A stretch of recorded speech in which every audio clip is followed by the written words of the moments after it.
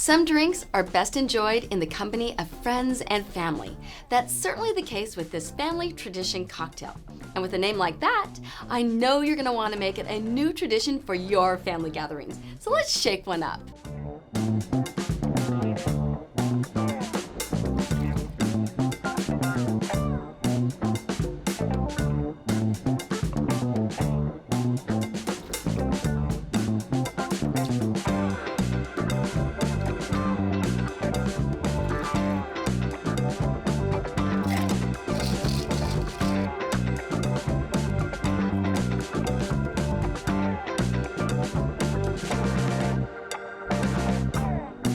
I just love the way this recipe captures all the best flavors of fall. Tastes like an apple pie. Whether you're with family or not, you can enjoy this tradition anytime. Cheers!